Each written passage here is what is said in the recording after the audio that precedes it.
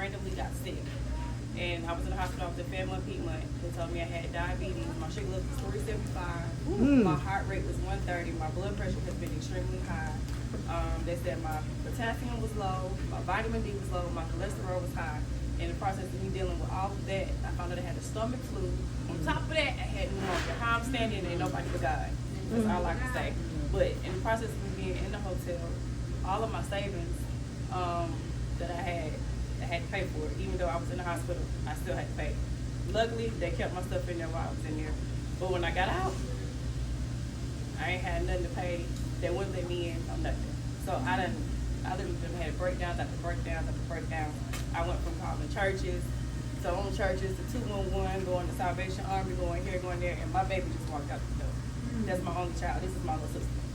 I had been sleeping in my mom's house, been in my car, driving Lyft all day, every day. The child, let me tell you something. I was driving Lyft with no insurance. I didn't know my license was suspended.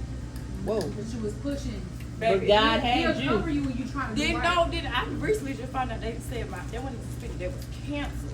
They told me they was canceled because I didn't have no insurance. But luckily, thank God for Hugo because you pay $10 a day. But that's just been my struggle for now. Yep. And I found out about them. I actually was going through my phone. And I don't know who the lady is. I still don't know. She told me who the lady is. I still don't remember who the lady is or nothing. The lady's number had been saved in my phone since 2023. That's housing help. And I just texted her, and she called me. And she knew my name. She said, "Hey, Miss Tucker, how you doing?" And I explained to her everything that was going on. Listen, I'm behind in my room. I owe $5 something, and they told me if I don't pay it by the day, they're gonna put me out. My storage, I couldn't pay my storage. The storage was locked away. Like at this point, I just got in the hospital. This is all me and my child got. No, I can't go to no family house. Yeah, I got family here, but can't do it. I need some help. She said, "Oh, let me send you something." She screenshotted it to me. She sent it. I called. And maybe like within 3 hours later, I was just sitting in my car. She called. She said, "Well, hey, you got a proof?" I said, "Ooh, Jesus." I'm talking about I literally had a whole breakdown. And literally ever since then, yeah, I got my license straight, so I'm okay now. The insurance is okay. But I literally drive it every day just to make sure it's slow. It's tiring, but if there's a will, there's a way. And I just want to say thank you because, baby, I don't know what I would have did. I appreciate you. Absolutely. I was really overwhelmed, but kind of talking through the different steps that we could take to get through certain things, it helped a lot. And in the beginning, I wasn't speaking to none of my siblings, and I done made amends, and now we all speaking again, and my mama had peace with that, so that's been a plus. Whoa, awesome. And you feel like this training has helped? It has helped a lot, tremendously. Awesome. Yeah. Woo, 2 graduates. And you know, one transitioning to college. So Woo! What school? What college? She going to Columbus Columbus State? Okay. Hometown, Columbus. just making certain changes in our lifestyle, mentally, physically, and stuff, you know, made us a little stronger to be able to navigate through these challenges, I guess you could say. Son, who was 15 at the time, we were going into his senior year, and I was picking him up from football practice at Charles Junior High School, and it was literally 2 to 3 days before school started, and I got into a car accident, and he ran from the back of the high school and came to save me, and it resulted in him getting hit and drug up the street and lost his leg by another car.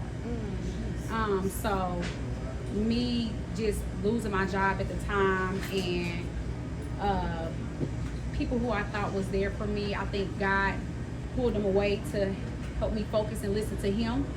And I never liked to ask for help because I always was the type of person that would figure it out on my own. But I had to humble myself and start to ask for help.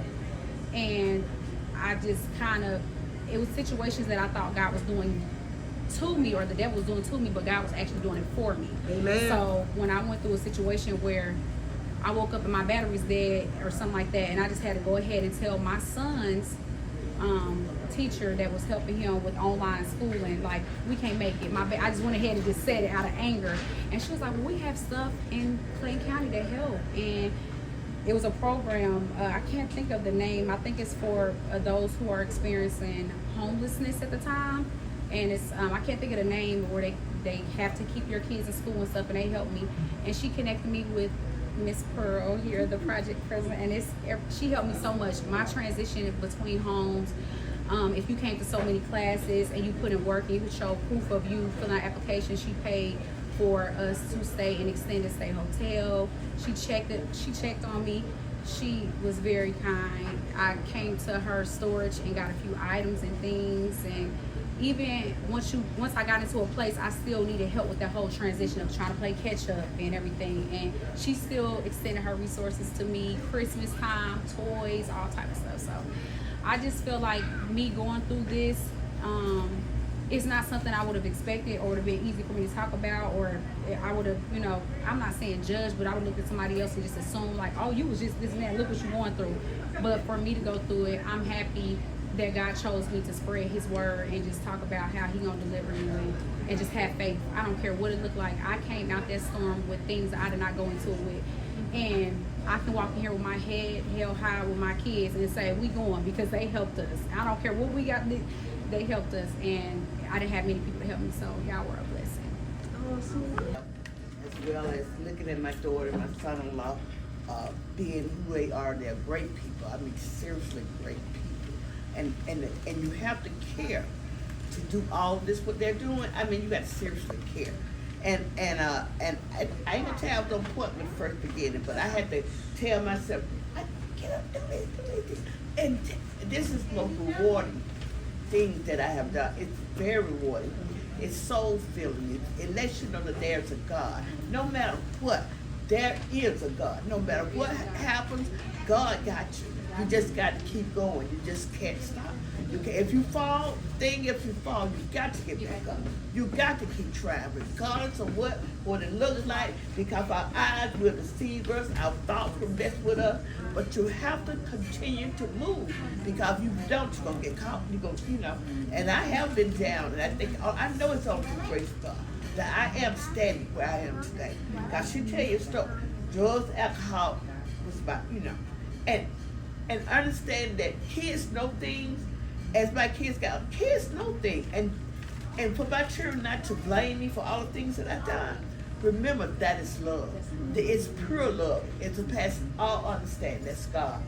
You can't understand it, but God knows. So those are the things. And meeting all you good people, y'all have filled my soul. I mean, y'all make me happy, and I'm actually happy is when I see everybody doing what they do. So this is just something to help you feel special. Help you to know that you are loved, you are cared for, and no matter what is going on, even if you don't have any place to go to celebrate yourself, find ways to celebrate yourself at home, and just to make sure that you do something for yourself. She talked about mental health resources. Please understand your triggers, because if you don't understand the things that trigger you and your kids, you're going to get stuck. And that is a dark place to be when those voices